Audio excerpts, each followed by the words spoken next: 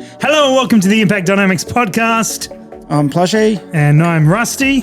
We talk about things that go kaboom. This is true, and tonight we're talking about the Kahles King of the Hill match in Sydney. You went. Yes. It's wet and wild. Smash director. Hello, Andy. Hooray! Hope that's enough. We need your vote. Now we've caught up to where we are on the podcast. All right, go on back. Roll the outro. Well, good evening, Plushy. I nearly said Andy again. It's just normal flow. What's happening? Oh, nothing too much. Thanks for joining us this evening. It's good to be here. Yeah, Josh is here as well. I'm here to push all the buttons. Well, not just here to push the buttons, Josh, because tonight's main topic of the conversation is the Kahles King of the Hill match that was run over the weekend just gone at the time of recording. And 2 out of the 3 people here went to it. Yeah, that's right. There was a good looking threshold, and I was too good looking to enter, so that's why I didn't go. So I had to send you guys over, and so my point being, Josh, is that you're not just here to push buttons because you've got a lot to give tonight. You've got a lot to. In fact, we probably should change seats. I'm missing my button. He That's what she said. He kind of spent the entire weekend pushing buttons at the match anyway. Yeah, pushing your buttons. Pushed all the buttons. How did that go for you then, Plushy? Oh, I don't want to talk about it. Can we do Well, something that's else? the end of the podcast. No, look, Plushy, you. This is how many PRS matches have you been to now? I don't know. Maybe Several. Not quite 10. Okay, 8 to 10 maybe. 8 to 10, Somewhere in there. Yeah. Cool. How was it? Give us the overall sort of rundown picture. Sort of It thing. was wet. Well, that sums it up, I think, from everything I saw about it. No, so the lead up forecast was for lots of rain, and for once the weatherman got it right. Mm-hmm. It bucketed down. I think Friday was kind of wet. Yeah, it was, wasn't it, Josh? I recall that from the whole weekend, there was about 30 minutes that it didn't rain. Wow. So- Including overnight? I'm pretty sure overnight it just You had too many- continuously rained. Do you know how we know? Because Yeah. we shared a hotel room, Okay. and here we Andy go. too. And there was a downpipe outside, and you could tell when it was raining really heavy versus raining really light. Because when it was raining, There was light, There was not raining. so it was when it always was light. yeah, or when it heavy. was light rain, it dripped the entire night. Yep. The first night, dripped the entire night. And when it was heavy, it just ran. it just ran, and we couldn't hear it. So it was Okay. It was great. And the river. The river was the indicator for the mornings. Oh, was that the Bargo River? Yeah, I don't know what Not it was 100% called. sure. But with first day we went past it, and it was just, there was a little bit of water in it, enough that you could just see it flowing. And then the next morning you went, well, there's a lot of water in there. And then by Sunday morning going past it, you looked at it and go, all right, you could whitewater raft down this thing. It was crazy. There was waterfalls on the way to the range on Sunday morning. Wow. Yeah, it was just on the side of the road, water coming out everywhere. So this was the first national PRS match at the Precision Rifle New South Wales, which is based at the Hilltop.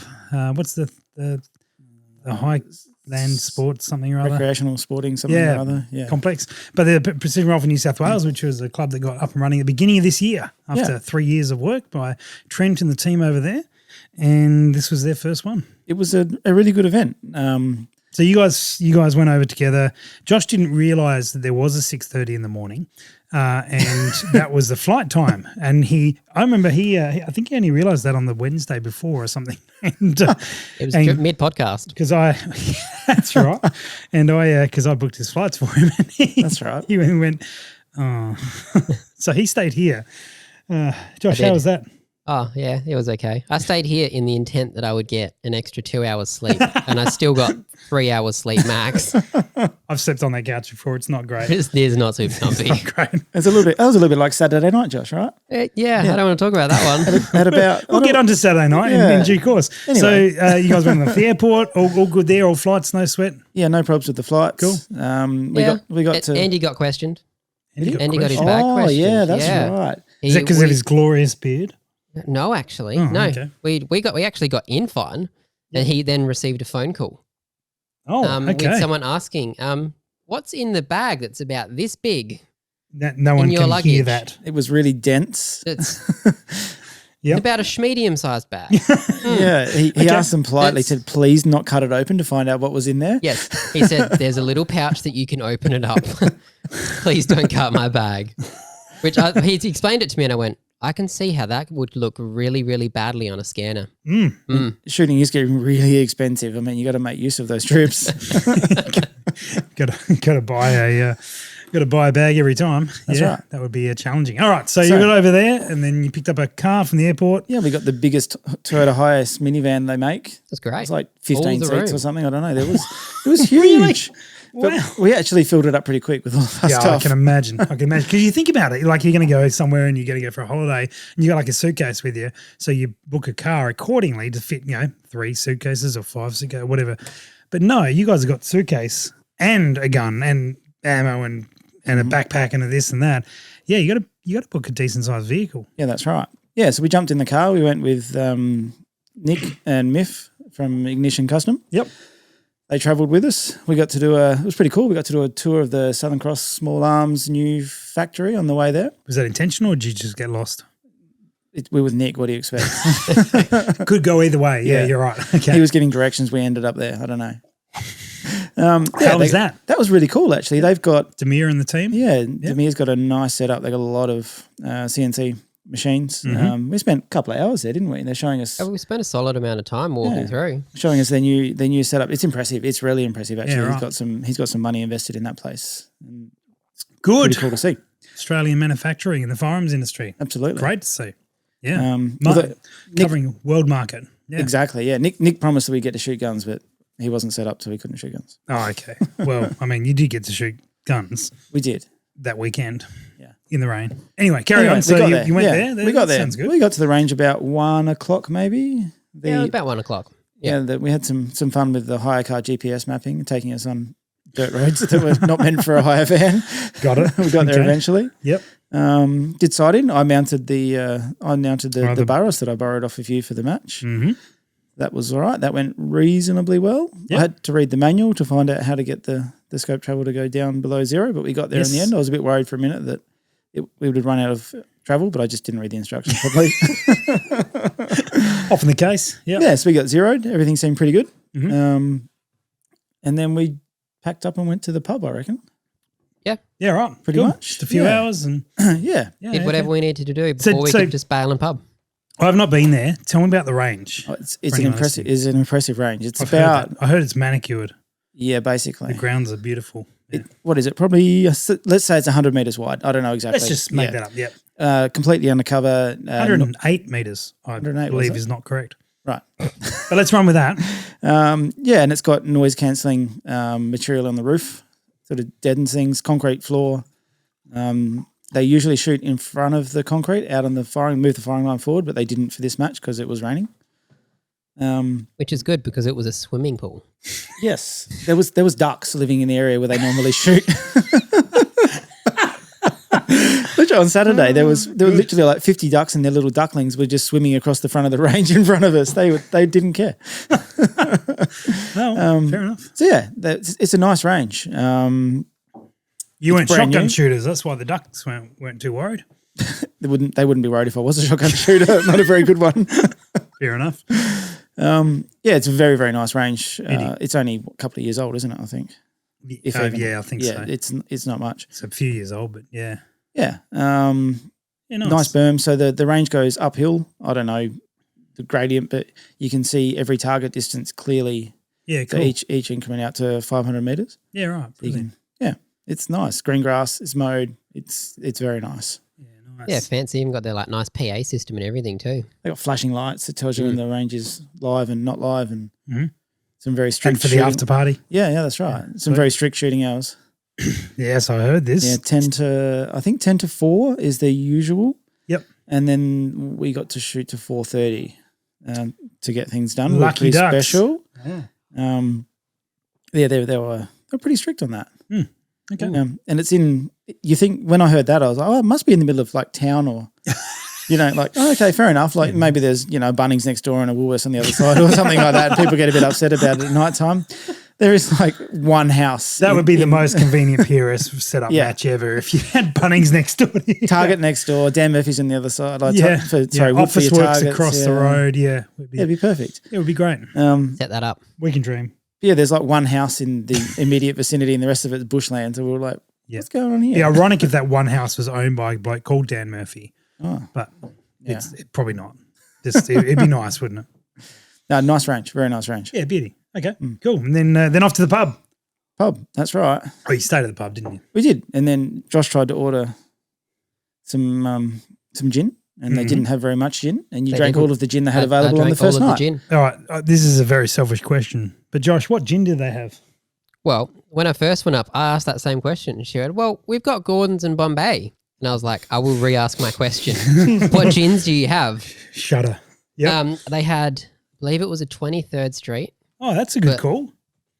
but they only had not even a quarter of a bottle left of that one. No. I was like, oh, that's concerning. And then they had a... Did you just be like, I'll have that first up, the bottle? Yes, yeah, Yeah. it was that one. And then I can't remember the name of the other one. It was Mount something. It was really good, actually. I should look it up and find it. Okay. But again, should. they only had about half Okay, to a stop quarter of that one. talking. Go and do your looking up of the gin. Yeah.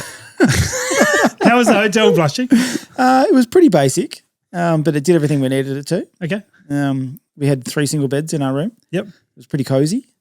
Not as cozy as 2 single beds would have been. True. He is looking it up. That's great. What happened? I think the power went off one night and the hot water stopped in the morning. And Oh, wow. no, it was all right. It was all right. So that was where the presentations were on the Saturday night. So it was super convenient. Sunday night? Saturday night dinner. Or whatever. Yeah. Things happen. Okay. Yeah. So this is going to be foreign to me. What time did you get up on Saturday morning? Because for the listeners who are not familiar with a PRS match, it is not uncommon to have your range briefing at 7 a.m., right? So you're up at like 5 or 4:30 or 5:30, or some people at 6:53, and you're getting to the range, for your briefing. Sometimes you get a coffee at 6:30 and that sort of thing. 10 a.m. shooting time. Yeah. So what time did you get? What time was? I think What time did you wake up? I got up at about 6, I think. Okay. Got up. Prepared. I like to have a shower in the morning and, How long does a shower take? About 20 minutes. Oh, okay. They're going to say 90 minutes normally. Yeah. That's why I got up. So, I got up at 6, I think, and then I sat there in the dark for like half an hour while Josh and Andy didn't get out of bed. Yep. And I then, remember one morning waking up, seeing you on your phone, like going, looking at the time, and then went, no, and went back to sleep. I reckon that was Saturday morning. Yeah, right. And then I sat around, and I think at 7 o'clock I turned the light on. I was like, bugger these guys, getting up. So went over there was a McDonald's across the road, which was kind of handy. Yeah, okay. And got some breakfast, came back. I reckon we were on the road by 8. Yeah. About a half-hour drive, so we got to the range about 8:30, 9:15. Yep. There was briefings for stage officers and bits and pieces, and I think we ended up not having the shooters briefing till about 10:15. Okay. They had a few setup dramas and stuff, first match at the range and all those Yeah, teething that's problems. always going to be the way. Yeah. Yep. So I think we got first shots about 10:30. Yep. Which is about 3 hours later than you'd normally start. Yeah. Which is a bit of a weird one. And about 5 hours later than Darwin would normally start. Exactly. Yeah. They're just finishing at that point. Pretty much. It's getting too hot. Pretty much. So I was first shooter on the first stage, the longest stage of the match. Look at you go, Plushy. How did you go on that first stage? Tell us about it. Do we have to talk about that one? We do have to talk Can we about talk it because about the you've next already one? brought it up. No, Yeah. no, we're starting the start. Let's go. So I was a 15 rounder, 3 minutes, I think. Oh, wow. Okay. Solid stage. Yeah, so about 7 positions or something. I can't remember exactly. Yep. And like tons of time, tripod rear the whole way. Yep. I got my 10th shot off and the clock went beep. I was like, ooh. Ooh. And because I don't know, actually I remember now. I looked at the timer on my watch and it said 38 seconds. I'm like, I must have put 2 minutes in, not 3 minutes. It'll be right. And then my watch started beeping and then the timer started beeping. I was like, oh, no. I like how you've just assumed you've made a mistake just out of convenience. Well, yeah, I generally don't mess around when I'm shooting, so I didn't Yeah. expect to not get 4 shots off. No, it was 14 shots. I remember now. I didn't 14. expect to get 4 shots off. I got 7. I got 7 out of 10, which is out of shots taken, not terrible, but 7 out of 14 is not the start. Oh, you're okay. So looking for. you shot 10, got 7 hits. Yeah. But there was 14 available to you. Yeah, and then so I'm that guy that you stand back and watch. And Be you know, like, not doing that. yeah, exactly. Everyone's just like, nobody used tripod rear in that stage after that. They were just ran a bag and ran through because the first 2 targets were a bit more challenging on a sloping pipe. Okay. Yep. Plug for the wax that you use or that you sell for this game changer. Oh, yes. It was popular. So Yeah, I put my bag down and then it didn't move. And then the next 3 people put their bag down and it slid down off the pipe. And I'm like, what's on your bag? There you go. So I didn't start the best. I thought, that's not great, but, it's not the worst start in the world. Mm-hmm. Then I shot the second stage. And it was the worst start in the world. No, I did worse on the second stage than the first stage. Okay. So I was first shooter at 10:30. Yep. And then I actually, by the time we did my second rotation, so I was last shooter in the second squad. Yep. It was 1 o'clock when I shot for the second time. Yeah. So I had 2.5 for a long. Then that would have been like a long stage first up. Yeah. That makes. Yeah. It's the unique environment, but it makes sense. I've never been in that. I don't think I've ever not shot for 2.5 hours before. So I the second stage was like my first stage all over again. Fresh. Yeah, I was fresh and I haven't been shooting much, unfortunately. It turns out if you don't practice, then you sent me that message. I think I said, "How are you going?" He's like, and Plushy's come back to me and said, "Oh, well, if you don't practice, turns out you're not very good." So yeah, life gets in the way of shooting sometimes. Yeah, that's right. I was like, this is not the start I was looking for. Mm-hmm. Then the third stage. So tell us about the second stage. Oh, second stage was it an interesting stage? Well, it is interesting. I was actually meaning to chat to Trent about it because I think it got run differently for different people. And they corrected it like maybe after we'd shot it or something like that. Okay. It is what it is. So there was pairs of targets like a troop line next to each other. Yep. 5 lots of 2 targets at each distance, and you had different cards. And the way we shot it, the cards were face down, and you had to pick a card, and the distances were random. But I think the way it was supposed to be shot was they were face up and you just picked the order of targets you wanted to shoot in, I think, but I'm not 100%. Yeah. And I picked up by chance the one that had the targets in order. I'm like, oh, this is going to be good. And then hit the first target, couldn't hit the second one. It was pretty sporty. It was a little target at 250. Mm-hmm. And I shot left and I shot right and I shot left and I shot right and missed it. And I'm like, oh, maybe it's an elevation issue. So I sent one low. I'm like, oh, no, that's hitting low. It's not that. Okay. And then I think I took 5 shots to get on that thing and then got on the rest of the way. I think I didn't get on the rest. I got 4 out of 10. Yeah, wow. So in the first 2 stages, I dumped. I'm sorry I brought it up then. Yeah, I think I dumped 13 points in the first 2 stages. I was like, well, this is going to be a long weekend. All right. Well, now this was a bit of a different format match, wasn't it? Because you had all your stages out being run both days. Correct. So there was 8 squads of about 8 or 9 shooters, give or take. So there was essentially a left-hand side of the range and a right-hand side of the range. Okay. And so we shot the entire Saturday, Sunday matchbook spread across the 2 squads. Across 2 days, So there wasn't traditionally on a PRS match. The entire group of competitors shoots all of the same stages on the Saturday and all of the same stages on the Sunday. But the way it worked out, if you shot the left-hand 8 stages on the Saturday, then on the Sunday you moved to the right and shot them. But the guys on the right had shot those reversed. Reversed. So this is not uncommon, and I thought it'd be good to talk about sort of how it comes about. So on the first PRI back in 2016, we all shot all the same stage. We went and shot 4 stages, then we'd come back and have lunch and go off and shoot another 4 stages and repeat the next 4 the next day.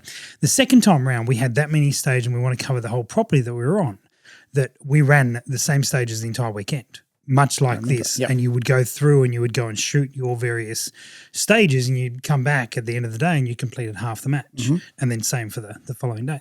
And there are matches around the world that run like this. It's not uncommon. IPSC do this a lot as well. Yep. But in Australia, we've been limited to range sizes that don't sort of lend themselves to do this, where you can't put that many targets out and run that many squads. And so we've always traditionally sort of run this many stages on day 1 and then this many stages on day 2. And in fact, if you go back early PRS in Australia, you would run like 4 stages in the morning, almost a throwback to that first PRI, 4 or 5 stages in the morning, and then those stages would change, and then you'd run another 4 or 5 stages in the afternoon. That was often the way it would work, and then maybe another 5 on the Sunday. So things have changed. So like when Trent said he was going to do that, I'm like, cool. It's something different. It's something interesting. And the range, unlike, say, Mildura, where half your range is 300 meters, half your range is 600, where if you were to do that at Mildura, you get some significant disparity because Sunday might be heaps windier. But if you've got a range where it's all the same distance, and so you have sort of mixed up target sort of distances across the stages, it doesn't really make a big difference whether you shoot day one or day two. Yeah, so I think it's an interesting one. So the match director, and Trent put a lot of effort into this, it's clear that he made sure that there was a relatively even spread of targets at distance over both sides of the range. Yeah. So because the problem you get into is if the left side of the range has targets a lot further out and the right side of the range doesn't, and it's windier on Saturday than it is on Sunday, there's potentially an advantage or a disadvantage depending on which order you shoot. But that's only, to be fair, that's only a percent, because you could have a quiet morning and a windy afternoon, and that achieves the same thing running it on one day. Potentially, yeah. Yeah. So it's a hard one to navigate around. But, yeah, I know Trent put some conscious effort into making sure there was a split there. Yeah, so we found the split didn't seem too bad. Before I was 100% confident that there was no difference. You'd have to run a few matches to get a feel for it. Mm-hmm. But yeah, it seemed fair. Yeah. I don't think anybody said, it's not fair. The guys on Saturday got a better run than the guys on Sunday or whatever. Yeah. So, yeah, at the end of Saturday, it was clear that the left-hand side of the range was easier to get impacts on. So there was a big, guys were like, how did you go? And then, some of the top shooters, dropped 6-7 points on the first day, and on the right-hand side, they dropped 20. Yeah. You're like, whoa.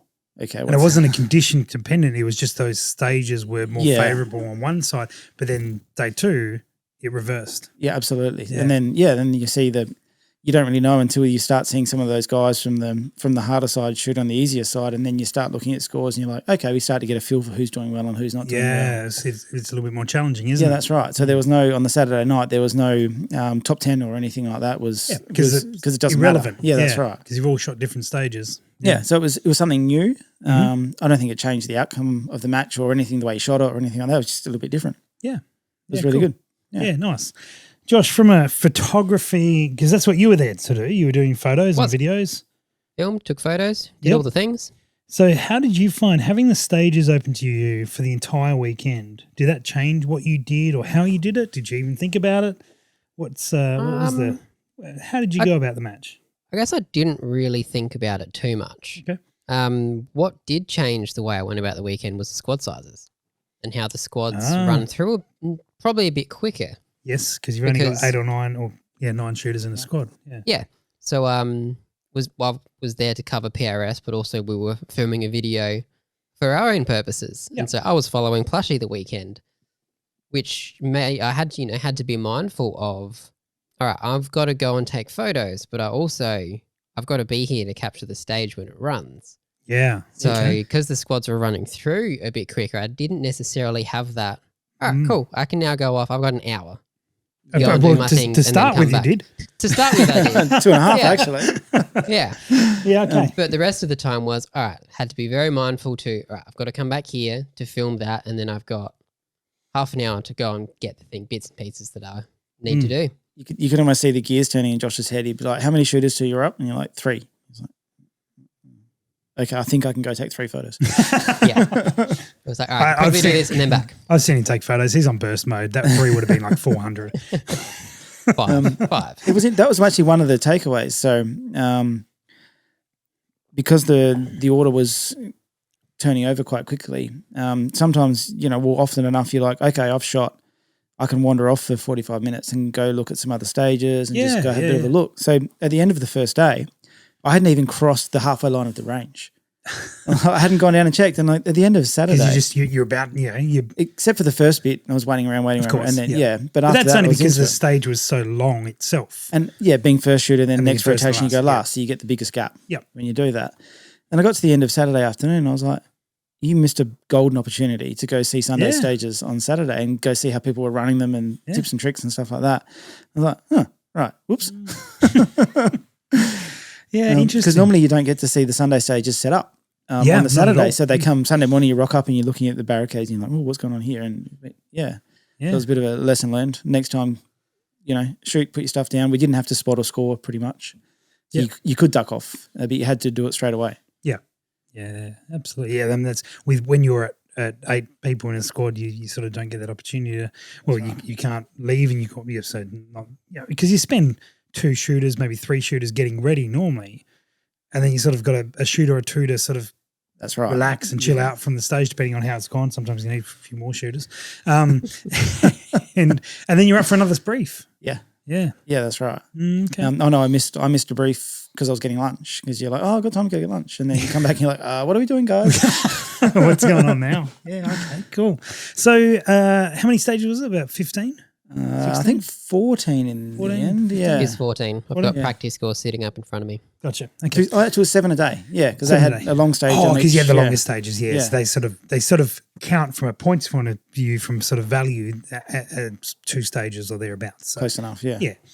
So, in interest of that, what were there a couple of stages that stood out for you? Either that you did well on, you really enjoyed them as stages, found them challenging. There was a good mix. I noticed that there wasn't. I don't think there was much prone in the match. Okay. It was very barricadey sort of heavy, which is good. We don't want to go out and shoot prone all the time. Yep. The first one I shot was, I'd kick myself. I'd like another opportunity to shoot that one because I might do it differently and get a couple more points. But yeah, like that was good. There was, poly pipe, there was logs, there was, I can't even remember. There was tree branches. There was all sorts of different positions. Were the fake rocks on that one? There was fake rock-looking things. That was on day 2. Okay, I'll save that question. I want to ask about the fake rocks. Yeah, so there was that. There was the one prone stage that I didn't do well on. So, okay. Yeah. So that's why you don't like prone stages. There was a traffic barrier. There was skill stage 2. There was an interesting one where they had a strap. So we shot off of a strap. Yep. People didn't hate it. Okay, interesting. So why? Because often the is this a hanging strap? Yeah, it's supported on 2 sides and hanging strap. Okay. So that was. What about it made it that it was not despised like it most commonly is? Well, it wasn't the only support for your rifle. Okay. So interesting. there was like a platform that you had to sit on, and you had one of those packing crates, the square ones. Mm-hmm. About 500-600 mil sort of cube. Yep. And that was sitting to the side of you. Your rifle was sitting up on top of the strap. And on the timer, you could either drop your rifle straight onto the strap, or you could slide back and grab the crate, use it as a rear rest for your rifle. Okay, interesting. So having that as having a nice solid rear rest sitting there and using the strap was a lot of people did relatively well on it. I think I dropped 1. Yeah. On it was achievable. Okay.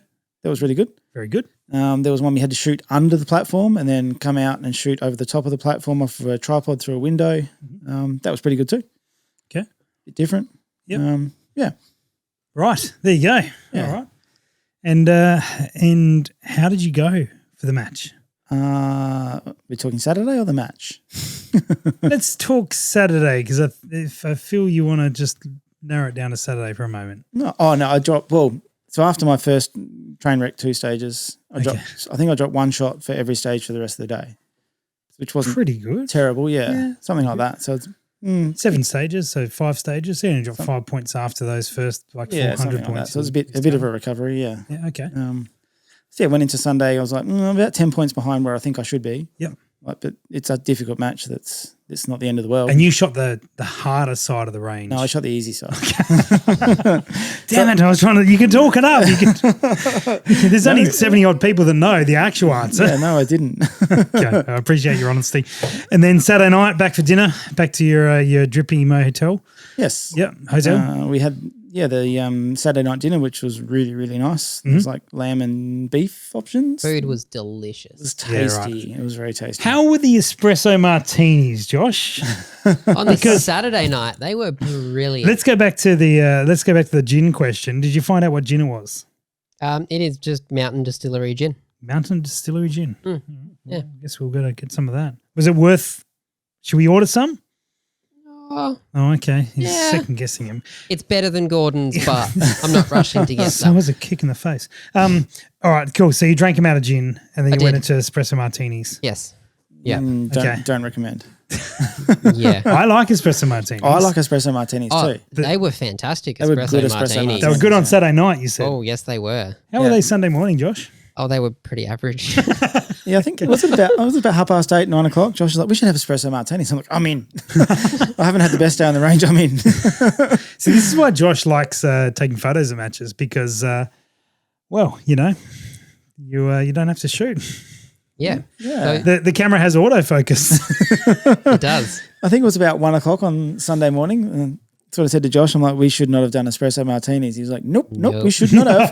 I had F1 was on that night, and I had no course. intentions to watch it, and I was just staring at the ceiling, and my phone went off, and I went, "Well, I'm not going to sleep anytime soon. I'm in."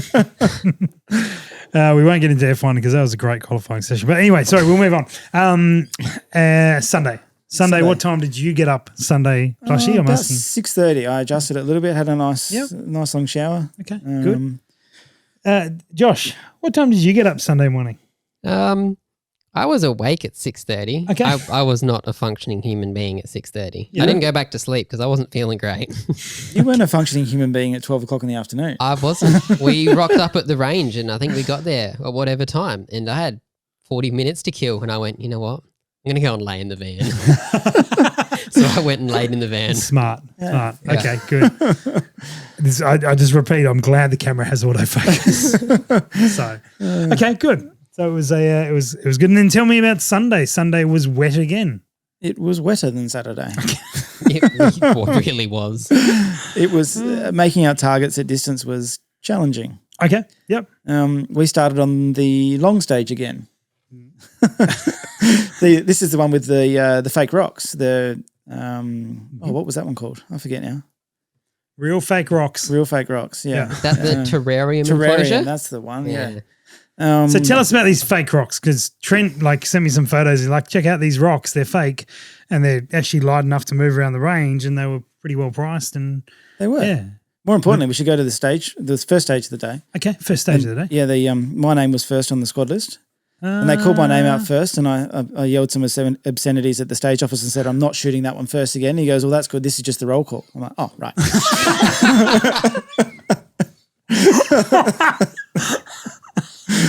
I can imagine a fired up Ginger being like, "No, I'm not shooting the damn stage first. I did that yesterday." That's exactly how it went. And I just go, "Dude, relax. We haven't even got to the range yet. I'm just wanting to see if you want breakfast." So yeah, once we got over that little hiccup, we went onto the fake rocks, and they were actually really easy to shoot off. Okay. Yeah. So because my concern with the way they're explained, but not having been near one, is that they're just too light. Like they just foam and they just float in the wind, but not the case. No. Well, I will say I put my bag. A couple of them, I put my front bag down as a rest. Yeah. And then picked my bag up and moved it because it was a little bit wobbly. So I sort of put it down and went, nope, not over there, and then tried somewhere else. And you're like, oh, that's a solid position. So Find the balance on it. Yeah, they're the type of barricade, for want of a better word, that once you know how they work, yeah. So our range has rocks on it that we can shoot a rock pile from it. But this particular range, albeit very nice, the guys there for their club share the range with a number of clubs and organisations. They have to be able to remove whatever they put on there very easily and quickly. Putting a half-ton rock in the way is great in theory, but not in practice. We would have just done that anyway and dealt with the consequences. At our range, yes. We find it's easier to ask for forgiveness and permission. Yeah, maybe. But anyway, so there was some real fake rocks. Yeah. But they were okay to shoot off? They were fine. The targets we were shooting at were not fine, but the rocks were fine. They weren't the problem. Okay. Cool. There was a 500-meter target. It was a rabbit on a couple of straps. We talked about this one earlier. You told me, yeah. You said the mud had splattered up the target or something? The straps were grey and the target was grey and the dirt behind the target was grey and it was raining. It's a good match when you got grey dirt. So I was one of I didn't go first, but I think I was about halfway through the shooters. Mm-hmm. And of course you didn't go first. You would have threatened that rabbit's life if you put me first. The challenge was the straps.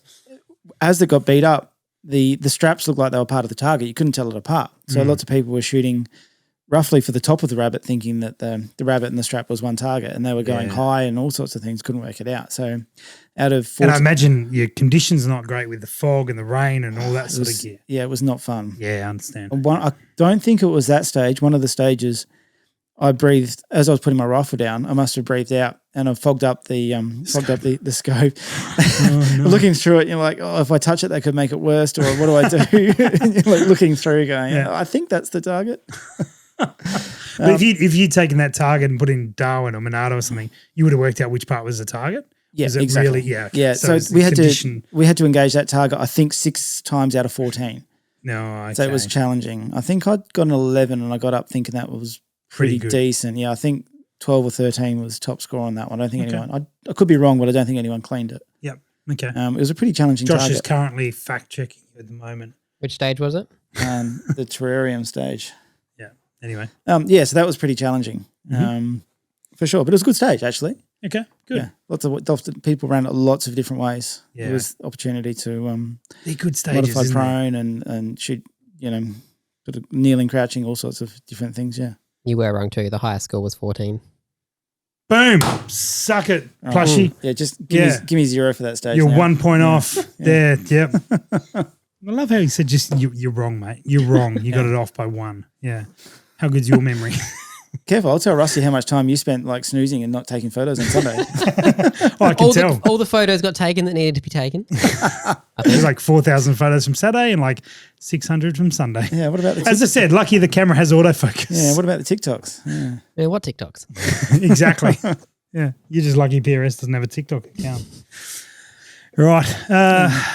Anything else stand out for you from a stage-wise? Yeah, so we rolled from that one. That was stage 15 or 14 or whatever it was, and we rolled back to stage 8, which was not too bad. You had to build a position with more moving crates or storage crates. Yep. Stacking, you had to achieve a certain height and essentially shoot over the top of something. Yep.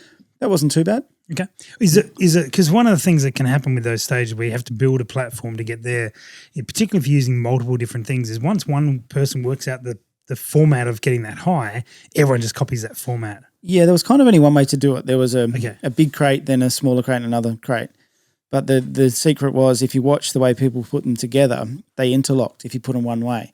But you had to take a couple of seconds working out which way you had to put them to interlock them together. And if you took that extra 2 or 3 seconds, it was quite a stable platform. Yep. If you just banged them on top of each other, they were very wobbly. Okay. There was a lot of people got caught out with that. Yep. But as the weekend rolled on, more people figured it out and didn't want to be the person that shot that one first either. Yep. Plushy, you're up first. That's right. Yeah. There was a sling stage. Okay. I was going to ask you, how did you go with the sling stage? I got a 0. Oh, good. Yeah, I spent some time on Saturday night setting up my sling and taking a bit of time and stuff. And was this before or after the espresso martini? After. No, before. Okay. So you set up your sling? Yeah, I set up my sling. I'm like, I feel all right with this. Yep. And then we had to go down prone 3 shots at 500 meters. It was a big plate, but it wasn't a huge plate. Mm-hmm. And I first shot down, perfect waterline, just off the right edge. I'm like, I got this. And then I put one just off the left edge, perfect waterline. I was like, okay, you got this. And then it went like, smidgen over the top. You don't got dead this. center. You don't got this. So I missed those. I'm like, they were gettables, but that's okay because now we go sitting. I'm like, it's at like 300 or something. We can get this. Drew a circle around it and stood up. And by that time, my arms were pretty fatigued and they were in the general direction of the target. And I got up, and I've never ever got up from a stage before and had a smile on my face after getting a 0. No, get back to your first thing you said. No, I've never got up. Never seen you smile. I'd generally be pretty dirty about getting a 0. Yeah. But I got up and I was just like, what can you do? And then if you're gonna 0 a stage, that was the stage to 0 because most people were getting 1s and 2s. Wow. Out of 10.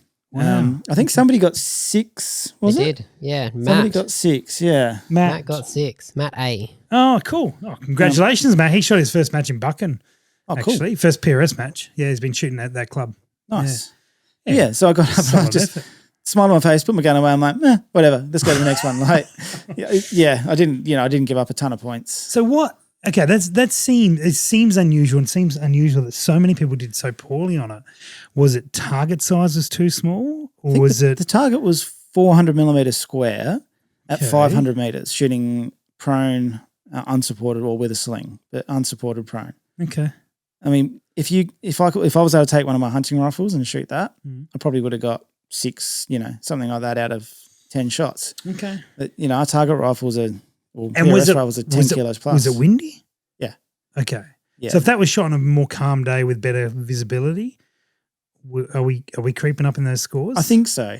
I mean, we talked about it before where we're essentially timing our shots, which is not the ideal way to shoot, but when the crosshairs are in where you think is the right spot, you pull the trigger rather than waiting for it to settle and, between heartbeats and, all that sort of stuff. When we're not doing that, when the when the crosshairs roughly in the right spot, you pull the trigger. Yeah. But then you've got to think about how much wind you've got to put on. So now you're like, it's a 0.8 hold or it's a 1 mil hold or something. So then you've got timing the shot on top of a wind call, and it's another layer of difficulty. Okay. For sure. Okay, interesting. I'm always, when you get a low scoring stage, it's very interesting to see why. Yeah, I think if that and conditions can certainly be like the entire factor. And you're like, hey, if this was a bit more of a normal day that we would have at this range, would have been great. Yeah, I think the real indicator for me was the guys in particularly Victoria and New South Wales that shoot service rifle. Yes. A lot of those guys didn't do well. And that's one of those stages you're like, they could really gap the field. Those guys should, definitely. So that's a good indicator that it was challenging. Okay. So maybe the 500-metre target at 385 or something like that would have got some 4s and 5s or something like that. But it's the same for everybody. It doesn't matter. Yeah, true. Yeah, it doesn't favour one or the other, but it's still it's a bunch of points. That's right. But we choose to run heavy rifles, right? Well, yeah, we could run lighter rifles, but we run heavier rifles because the recoil is less and it benefits you most stages. If you got to pay the price on the occasional stage, then away you go. That is what it is. Yeah, and particularly because I've got a 28-inch barrel of mine and a tuner and a brake on the front and stuff. Yep. It's pretty long, so that weight is also a long way forward. You've got a big lever on your arm, so you're starting to struggle to, even with the sling, hold that weight up. So we're going to take a moment out because you guys know this. You knew it was coming. The Bearded Chap, sponsors of our show, excellent stuff. Now, I've got something a bit different here. Plus, you put that in your beard. Seems alcoholic. That's why you're hesitating. Oh, no. Holy wow. Oh, wow. Yeah, it's exciting. You should put towels down first.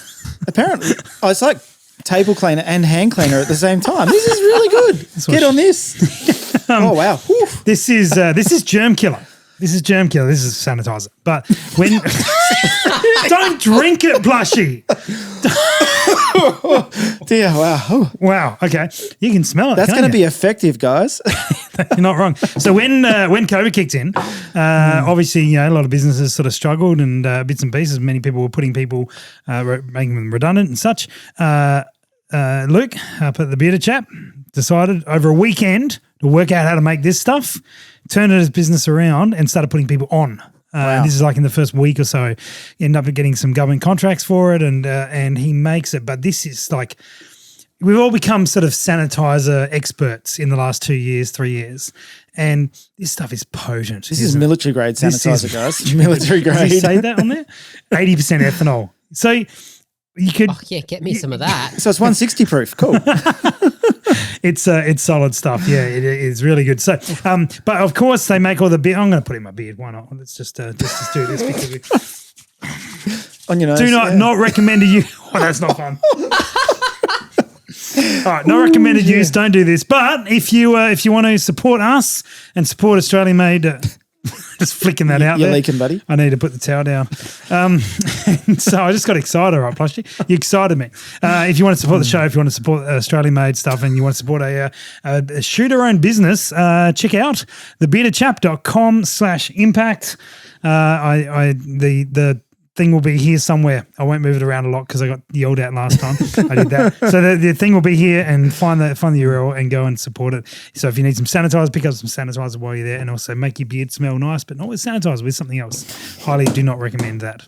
Right, let's put that back there and back into match talk.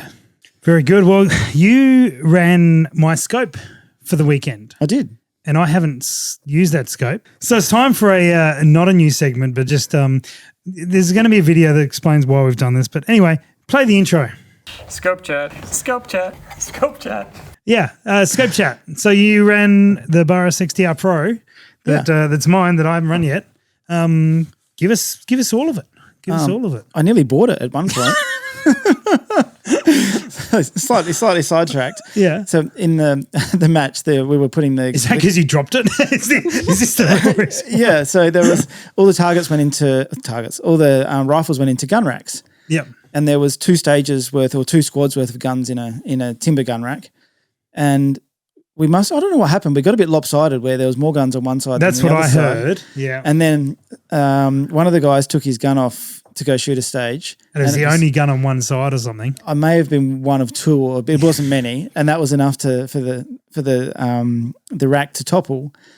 And said shooter Steve is owed a lot of beers because he saved probably $150,000 worth of rifles from falling on the ground. Yep. He literally threw his arm out and caught all of the rifles that were falling, bar one. Bar one. Yeah. Mine was one of the ones that he caught. Thanks, Steve. With your scope on it. Oh, wow. Okay. Good. So, yeah, I was sort of like, I'm not sure I was ready to buy that just yet. But Oh, good. So tell me about it. So it's the XTR Pro has got a Tremor 5 reticle. Yep. So talk reticle because that's pretty neutral. Tremor 5 reticle.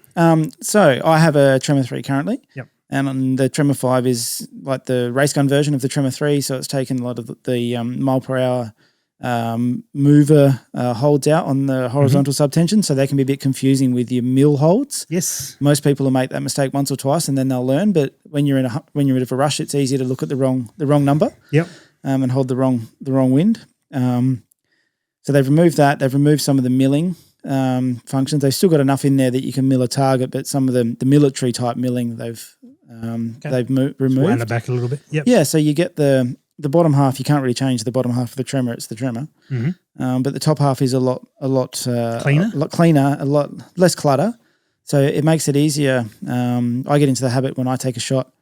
I tend to just point the nose of the rifle down just ever so slightly. So when the bullet lands, you're looking through the top half of the scope where it's clean. So you get. I used to run a H59 and I did the exact same thing. So it doesn't get lost. That's one comment that a lot of people make when they look through a Tremor. I can't see my splash. Well, you can. You just have to be aware of what you need to do. Yeah. Yeah. So cleaned it up a little bit.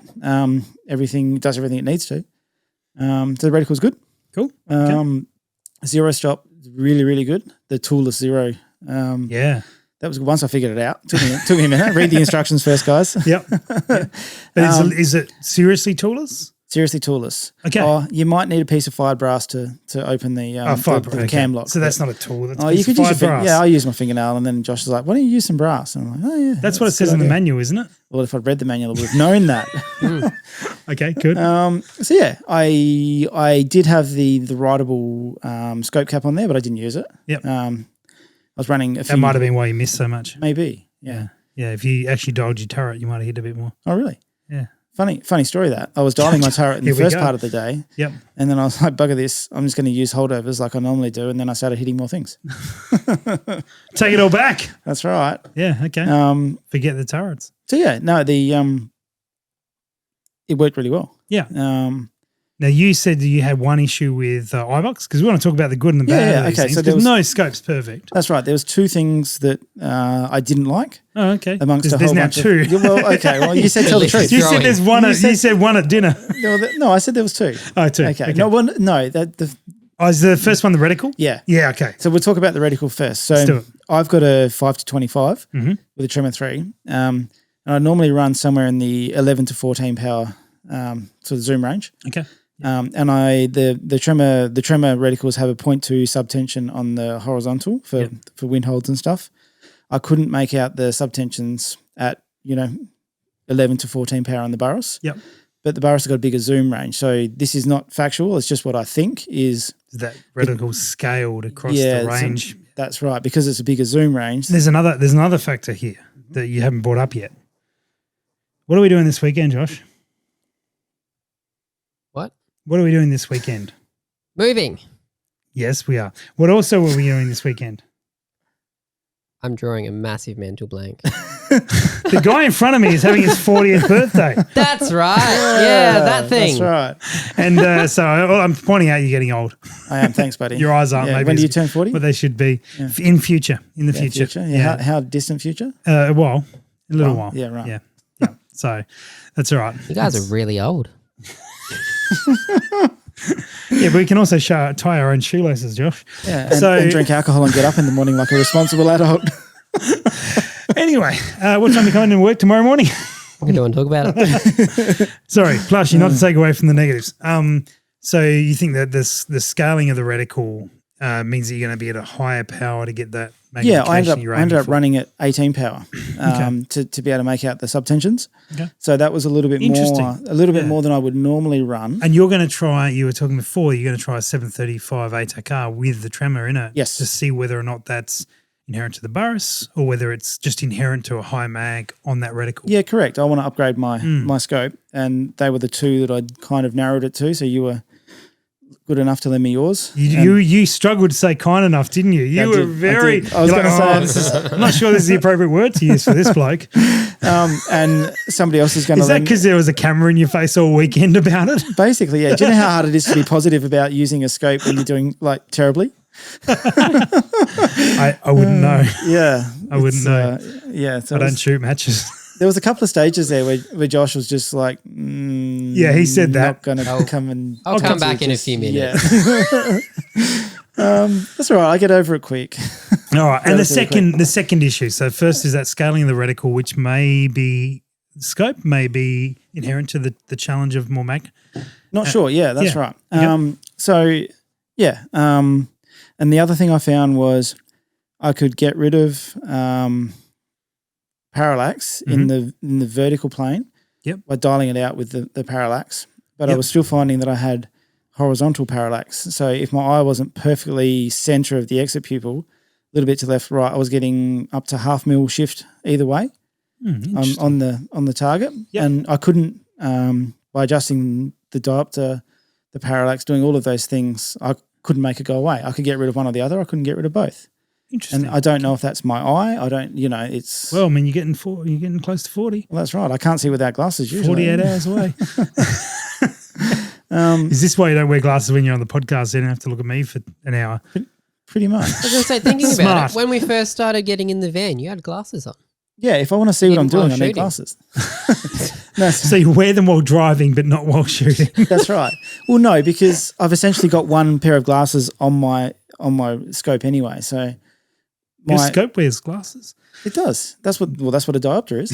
This is true. I'm fortunate that most of the scopes. So I'm not long sighted or short sighted. I have stigmatisms in my eye, which means my eye lens is not the right shape or changing shape constantly, which is really frustrating. So I have to get new glasses all the time.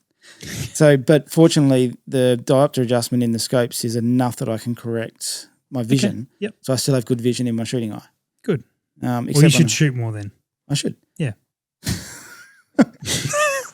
Maybe if you practice between matches. Exactly, yeah. If I practice, if you just get some projectiles in that I can use in my training rifle, I'd do it. I'm working on it. Yeah. It's basically your fault. Okay, I'll wear it. Yeah, that's right. Also, no loaning of scopes anymore, do you? Well, that's fine because I don't know. Well, I've got a 7-35 ATK with a Tremor 3 in dark earth poo brown. That's right. I actually didn't think I liked that when I first saw it, but I saw it tonight and I don't mind it. Yeah. Anyway. Yeah, I don't mind it. So parallax there. So I'm interested in that one particularly. So I'm going to run this in Darwin, in however long Darwin's away. Month and a bit. Yeah. Is this going to go out? Yeah, guys, register for Darwin. Yeah, register for Darwin. You're about to, aren't you? I'm about to. Well, I think I am, yeah. No, you're going to. I'm going to, yeah. You're going to get a commitment on this. We're going to clip this down, send this to Butters. It's done. Sealed and done. You'll be in Darwin. I heard there's an ATACR as a lucky door prize. I could solve my scope problem in like one match. One very lucky door prize. That's right. Yeah, okay. All right. Yeah. Well, good luck with it. Yeah. Good luck with it. I was trying to buy extra entries from Butters last night. I was like, how much does it cost just to shoot the match with no dinner? He's like, why would you want to know that? Like it's a raffle price. Maybe you could buy the entire entry, like to every spot for the match, and then just take the prizes. Maybe. Yeah. Yeah, that's actually not a terrible idea. Yeah, I think it'd be a pretty expensive way to get an ATAC. Well, no, not if I get all of the prizes off the prize table. Well, it depends, because you might find that if there's only one shooter, there's a fair diminish in the price. You've got yourself one hat. Yeah. The lucky door prize. Very expensive hat. Yeah. A can of Coke. Is this glass with a crack in it, as I found out? Oh, you can have this pen. There you go. Oh, I need a new one of these. There you go. There you got one. Cool. All right. Josh, any wrap-ups from the Kahles King of the Hill? Not really, other than it was wet. Oh, actually, one thing with the range is because it was forced undercover, everyone was very tight it was a very tight feel to it because they had the benches that were pushed up against the poles, and you had about 1.5 meters, 2 meters between shooting positions and the bench. If somebody was shooting prone, there was roughly a meter between their feet and the benches that were bolted down. So not dissimilar to like Mildura or something on those lines. Without the ability to get behind the behind the area. Yeah, but if it was wet, if it was pissing down, raining, Mildura wouldn't be too dissimilar. It's smaller than Mildura. Yeah, right. Yeah. Oh, is there like a back on it as well? Well, the benches are all bolted down. So most of the behind. Yeah, so you've got the back edge of the concrete. Yep. So there's a bench from there towards the front of the firing range, like 0.5 meter wide or something like that. Okay. So it was very tight. So the ability to get those natural shots of just people interacting, is very tricky. Yeah, but you're a bit of a pervert, so you would have been all right with your long lens. No, see, that's where it's tricky because people were having conversations and talking, and a lot of the time you're just catching the side of someone's face. And I've learned that if you go and put a wide angle lens on and just try and quickly sneak in front of people to get the photo, no one's natural. Everyone just catches you and they just stare at you, stop, and you go, come on, guys, no point taking a photo. Mid-stage. Yeah. Okay. Actually, my highlight for the weekend. Yeah. I met Ian Porter. Oh, okay. You hadn't met Ian yet. No, I hadn't. Okay. He shot the match. I met him in unusual circumstances. So was this on like Friday night? I was at the food truck on Saturday. Okay. I think it was Saturday. Yeah, I'm pretty sure it was. And he came up behind me. I'm glad you led with that rather than in the toilet or something like that. Yeah, no, I was standing there at the food truck minding my own business, getting like saturated or just about the rain's blowing in. And I feel this little tickle between my legs. And I was like, oh, hello, who's this? And I turned around and the look of shock horror on Ian's face because he thought I was Matt Jones. Matt Jones is also a big, tall ginger. And he's like, I am so sorry. I'm like, it's all right, mate. Like, I'll do this sort of thing to somebody I know anyway. I've been to PRS matches before. I know what. Yeah, like this is not unusual. I just expected it to be someone I knew. Oh, shout out to Ports and being very comfortable. That was, my highlight of the weekend. I got a bit of a tickle up. Oh, good. Josh, did you get any tickle? No, I don't want to ask, actually, because who knows what happened after those espresso martinis. We might end the podcast there before it gets worse. Thanks for joining us for Scope Chat. Thanks for having me. And thanks for joining us for the podcast. Josh, thanks for pressing some of the buttons you did tonight. Yep. Almost in time. Dum-da-da-da. Thanks, Randy, for not being here. And let's roll out. Good stuff. Kahles, King of the Hill. Catch you you on the next one. Get around it.